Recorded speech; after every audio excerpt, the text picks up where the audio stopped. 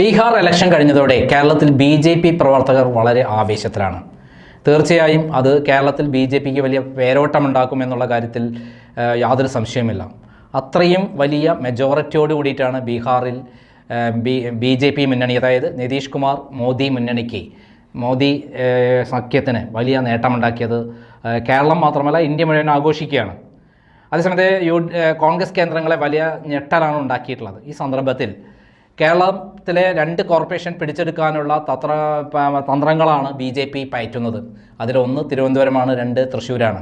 തിരുവനന്തപുരത്ത് രാജീവ് ചന്ദ്രശേഖർ തന്നെ നേരിട്ട് പദയാത്ര നടത്തിയിട്ടാണ് അവിടെ പ്രവർത്തനങ്ങൾക്ക് മേൽനോട്ടം വഹിക്കുന്നതെങ്കിൽ തൃശ്ശൂരിൽ സുരേഷ് ഗോപിയാണ് മേൽനോട്ടം വഹിക്കുന്നത്. ഈ 2 കോർപ്പറേഷൻ പിടിച്ചെടുത്ത് കഴിഞ്ഞാൽ തന്നെ കേരളം പിടിച്ചെടുക്കാൻ പറ്റുമെന്നാണ് അമിത്ഷാ പറഞ്ഞിട്ടുള്ളത്. അങ്ങനെയാണ് തിരുവനന്തപുരത്ത് പ്രമുഖരായ സ്ഥാനാർത്ഥികളെ ഇറക്കി വലിയ മത്സരം കാഴ്ചവെക്കാൻ വേണ്ടി രാജീവ് ചന്ദ്രശേഖർ തയ്യാറായത്.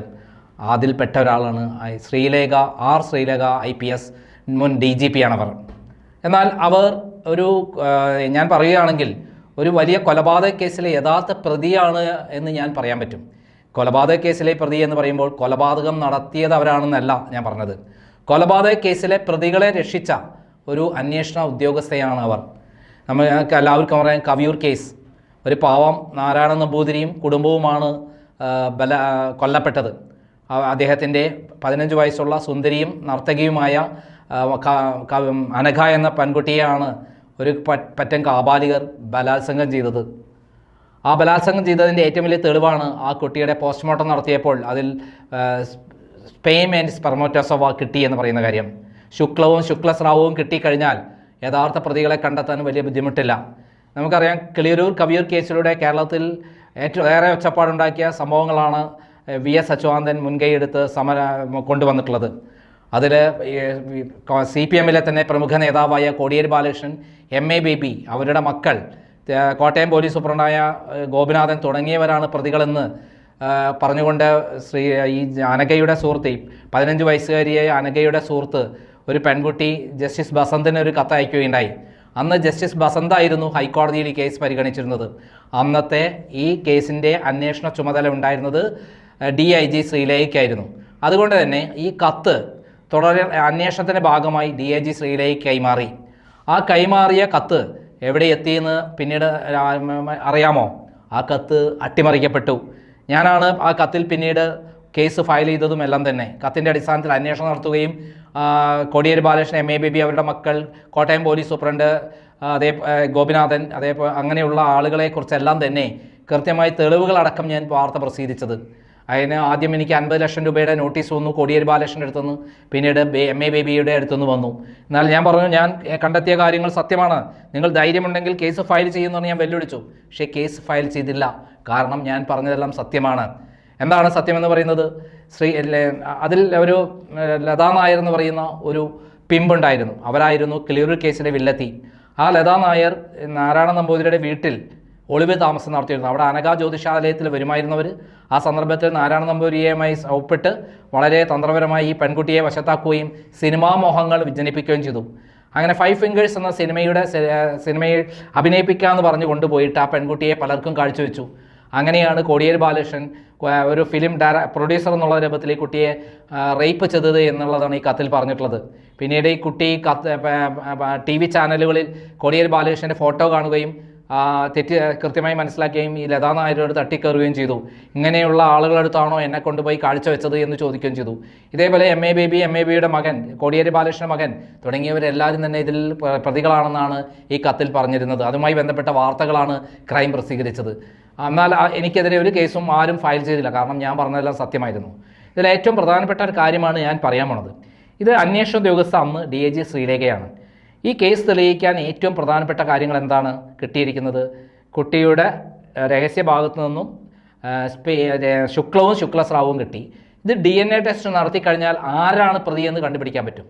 കൃത്യമായി പ്രതി ആരാണെന്ന് കണ്ടുപിടിച്ച് ആ പ്രതിയെ കൃത്യമായി പൂട്ടാൻ കഴിയുന്ന, മാത്രമല്ല ഈ കേരളത്തിൽ മുഴുവൻ അത് യഥാർത്ഥ പ്രതിയെ കൊണ്ടുവന്ന് പൂട്ടാൻ പറ്റുന്ന അവസരമായിരുന്നു DIG ശ്രീലേഖയ്ക്ക് കിട്ടിയത്. എന്നാൽ അവർ ചെയ്തത് എന്താണ്?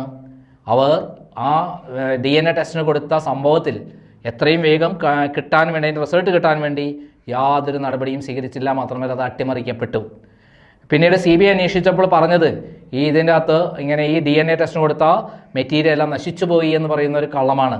കാരണം ഗോപിനാഥൻ്റെ കോട്ടയം പോലീസ് സൂപ്രണ്ടായ ഗോപിനാഥനെ രക്ഷിക്കുന്നതിന് വേണ്ടിയും മറ്റു രാഷ്ട്രീയ നേതാക്കന്മാരെ രക്ഷിക്കുന്നതിന് വേണ്ടിയും ആ DNA ടെസ്റ്റ് നടത്തിയില്ല. ആ ശുക്ലസ്രവവും നശിപ്പിക്കപ്പെട്ടു.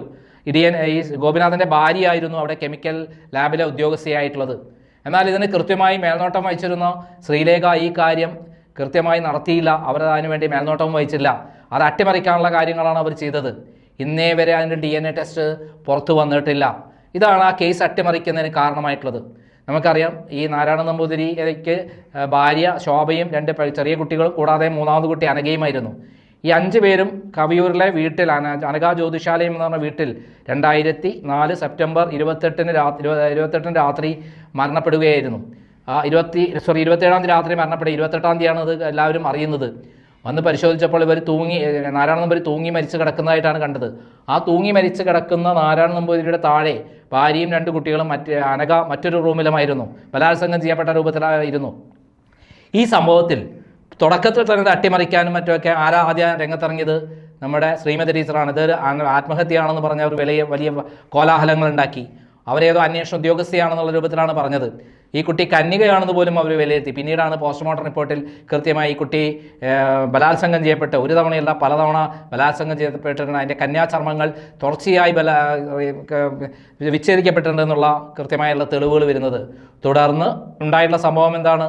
ഈ പോസ്റ്റ്മോർട്ടം അട്ടിമറിക്കാൻ വേണ്ടി നമ്മുടെ ഇവരെത്തി, ശ്രീമതി ടീച്ചർ. അങ്ങനെ ആ കേസിൽ ഞാനാണ് ഇത് ഏറ്റെടുത്തുകൊണ്ട് കോടതിയിലെത്തുന്നത്. ഈ കേസിൽ കുറ്റപത്രത്തിൽ ആകെ ഒരാളുടെ പേരാണ് ഉണ്ടായിരുന്നത്, ലതാ നായർ. എന്നാൽ ഞാൻ തുടരന്വേഷണം ആവശ്യപ്പെട്ടുകൊണ്ട് ഞാൻ റിപ്പോർട്ട് ചെയ്ത ക്രൈമിൻ്റെ ലക്കങ്ങളുമായി തെളിവുകളുമായി കോടതിയിലെത്തി. കോടതിയിൽ CBI ശക്തമായി എതിർത്തു. നന്ദകുമാറിന് എന്താണ് ഇതിനകത്ത് ആവശ്യം? അതേപോലെ നന്ദകുമാറിന് എന്താണ് ബന്ധം? ഈ കുടുംബവുമായി യാതൊരു ബന്ധവുമില്ല, പിന്നെ എന്തിനാണ് അദ്ദേഹം വന്നത്? കോടതിയും അതേപോലെയുള്ള സമീപനമായിരുന്നു. എന്നാൽ ഞാൻ ചോദിച്ചു ബഹുമാനപ്പെട്ട കോടതിയോട്, എനിക്കൊരു ഉത്തരം മാത്രം കിട്ടിയാൽ ഞാൻ ഇതിന് പിൻവാങ്ങാം. എന്താണ് താങ്കൾക്ക് ഉത്തരം കിട്ടേണ്ടത്? ഇതിൽ ലതാ നായർ മാത്രമാണ് പ്രതി. എന്നാൽ ഈ കുട്ടി നിരന്തരമായി അനഘ എന്ന് പറയുന്ന 15 വയസ്സുകാരി നിരന്തരമായി ബലാത്സംഗം ചെയ്യപ്പെട്ടിട്ടുണ്ട്. ആ കുട്ടിയുടെ കന്യാചർമ്മങ്ങൾ വിച്ഛേദിക്കപ്പെട്ടിട്ടുണ്ട്. മാത്രമല്ല ശുക്ലസ്രാവവും കിട്ടിയിട്ടുണ്ട്. എൻ്റെ ചോദ്യം ഇതാണ്, ലതാ നായരാണോ ഈ കന്യാചർമ്മങ്ങൾ വിച്ഛേദിച്ചത്? ലതാ നായരുടേതാണോ ഈ ശുക്ലസ്രാവവും? അതോടുകൂടി കോടതി ചോദിച്ചു, CBIക്ക് എന്താണ് മറുപടി പറയാനുള്ളത്? അവർക്ക് ഒന്നും മറുപടി പറയാനുണ്ടായിരുന്നില്ല. അപ്പോൾ തന്നെ ബഹുമാനപ്പെട്ട ജഡ്ജ് ഉത്തരവിട്ടു. എറണാകുളം സെഷൻസ് കോടതി ജഡ്ജ്, CBI ജഡ്ജ് അപ്പോൾ തന്നെ ഉത്തരവിട്ടു, ഇത് കേസ് തുടരന്വേഷണത്തിന് വേണ്ടിയിട്ട്. കോടതിയിൽ വാദിച്ചത് ഈ അച്ഛൻ നാരായണ നമ്പൂരി മകളെ പീഡിപ്പിച്ചു എന്ന കഥയുണ്ടാക്കാനാണ് പിന്നീട് CBI അന്വേഷണ ഉദ്യോഗസ്ഥനായ നന്ദകുമാർ നായർ ശ്രമിച്ചത്. ഈ സന്ദർഭത്തിൽ ഈ കത്ത്, അതായത് ജസ്റ്റിസ് ബസന്തിന് വന്ന അന്ന് കേസ് പരിഗണിച്ചിരുന്ന ജസ്റ്റിസ് ബസന്തിന് വന്ന കത്ത് എവിടെ എന്നുള്ള ചോദ്യം ഞാൻ ഉയർത്തുകയുണ്ടായി. ഞാൻ നേരത്തെ ഈ കത്തിൻ്റെ കോപ്പി എനിക്ക് DIG ശ്രീലേഖയുടെ ഓഫീസിൽ നിന്ന് ഏതോ ഒരു പോലീസ് ഉദ്യോഗസ്ഥൻ അയച്ചിരുകയുണ്ടായി. പിന്നെ ഞാൻ DIG ശ്രീലേഖയോട് അന്ന് ചോദിച്ചപ്പോൾ അങ്ങനെ ഒരു കത്തുണ്ടെന്ന് എന്നോട് സ്ഥിരീകരിച്ചു. മാത്രമല്ല സാവി എന്ന് പറയുന്ന ഇംഗ്ലീഷ് പ്രസിദ്ധീകരണത്തിൻ്റെ സ്പെഷ്യൽ കറസ്പോണ്ടൻ്റായ രാജശേഖർ നായർ ഈ കാര്യം എന്നെ അറിയിച്ചിരുന്നു. ഞാൻ അങ്ങനെ DIG ശ്രീലേഖയെ ബന്ധപ്പെട്ടു. അവർക്കാണ് അന്വേഷണ ചുമതല ഗവൺമെൻറ് കൊടുത്തത്.